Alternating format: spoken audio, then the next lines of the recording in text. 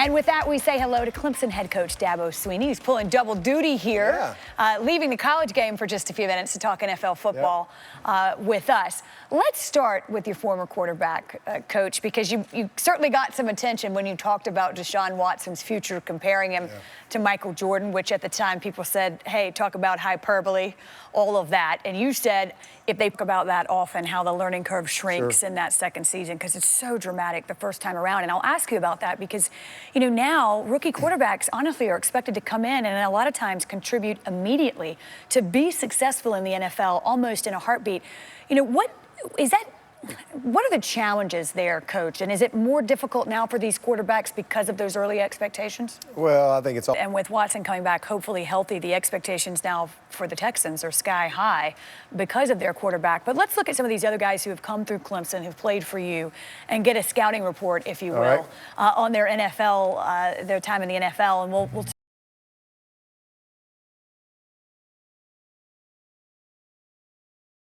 front of you, and it starts next week when camp opens. Yeah, and if I know anything about Clemson, it will not be chilly. It will not be cool. It will be hot. Hey, as we say, mo hotter, mo better. Well, you go. Can't wait to get started. I suspect you'll be in pretty good shape. Coach, thanks for joining us. We appreciate your insight. Hasselbeck, Lewis Riddick, and our Steelers reporter, Jeremy Fowler. Arguably, the biggest name we will watch today, of course, Steelers running back Le'Veon Bell. And Adam, I'll just start with you. You know, we've got a few hours to go. Where's it stand? Well, Wendy, last year, that you get and keep yourself fresher for when you hit the free agent market. That's something that he will have to decide. It will be an option that's on the table if they don't get a deal done. And I would say right now, we'll see. Look, it's just after 1:30. They haven't gotten a deal done. We're getting close again. Jeremy, I'll ask you. Jarvis Landry getting north of $16 million a year. Sammy Watkins north of $16. And set the market as a running back, but you're not going to do it at receiver. Yeah, he's trying to do something that's unprecedented, obviously. You know, we're tough, challenging dynamic to meet all those criteria. Which is why this deal hasn't gotten done. I mean, we said for a long time that both sides want to get it done, Tim, but it's difficult, and these are all the reasons why. And I'll add one more in. He's been a little bit concerned that, well, where is he in the substance abuse, program?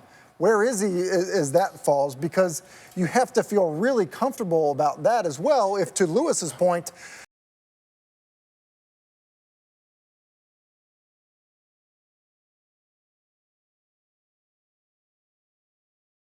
a lot of balls in the air here. There's a lot of risk involved for both sides. Le'Veon's trying to secure his future because he knows the clock is ticking. I don't care how young he is. He knows he plays a position where people are hunting him down every single snap. Right now, essentially, we're just over 90 minutes away. It's been awfully quiet, so that means they must be talking, trying to see if they could hammer home a deal that we've been debating on the show throughout and will debate until we find out whether or not they can get it done. Well, but to your point, it is a deadline. It's not arbitrary. It's 4 o'clock Eastern. The paperwork has to be filed. Overreaction Monday. Jeremy, I'll start with you. You're in Pittsburgh. You live there. As a couple of $100,000 a year on the average that's crazy. But it's a couple $100,000 plus ego, a heavy dose of ego. We've seen this happen before. This is what gets stuck. It's not an overreaction for me. I think they need to get this deal done. I will say this, what has probably, I don't know if it's changed my money in the first 2 years of that contract, which if it's somewhere around $30 million, it's hard to pass that up, I would think.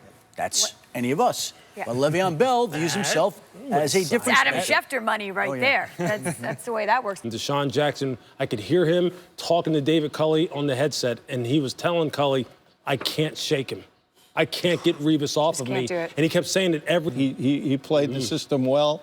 Whatever he earned every penny of it. He did, and there were a lot of those pennies because since his 2007 rookie season, Revis, the only defensive back to ever take home over 100, courtesy of our Lewis Riddick. Nicely done. Watch out, everybody. Here he comes. Listen, watch out. Here the season comes. 50 days away. I feel like it was yesterday we did the 100-day thing, and now we've just got 50. To 53, just at the time when you get ready for the first game. And since it takes about 3 weeks for a player to get ready to play and be in condition to play, and that's what he did last year. He had 400 touches and was outstanding. Yeah, so there you have it. Exactly right. After the Rams announced a 5-year contract extension for 7 with him as far as how he prepares. And I just think he will want to play with his teammates considering how high the expectations are for that team this year. All right, Odell Beckham Jr. would like a new deal as well, but the Giants star receiver did sort of offer an Late if you want to see him, because in the preseason, I think one series and bye-bye. the first 35 seconds. You better make sure you're dialed in. Exactly right. All right, fair enough. We continue to make our way. 100%. If the answer is yes, then go. But it's going to have to be 100%. And I've been in those meetings, chaired some of them. The question will be, don't tell me maybe he's 90.